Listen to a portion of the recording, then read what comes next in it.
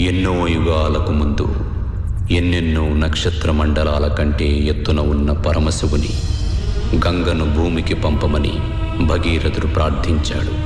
తాను తప్ప భూమి భరించలేదని తనకు ప్రతిరూపంగా తన ఆత్మశక్తితో ఓ ఆత్మలింగాన్ని సృష్టించి భగీరథునికి ఇచ్చాడు మహాశివుడు.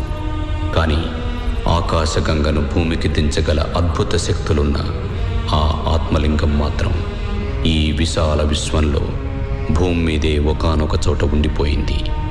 కథలా మిగిలిపోయింది. కాలం దాన్ని మర్చిపోయింది.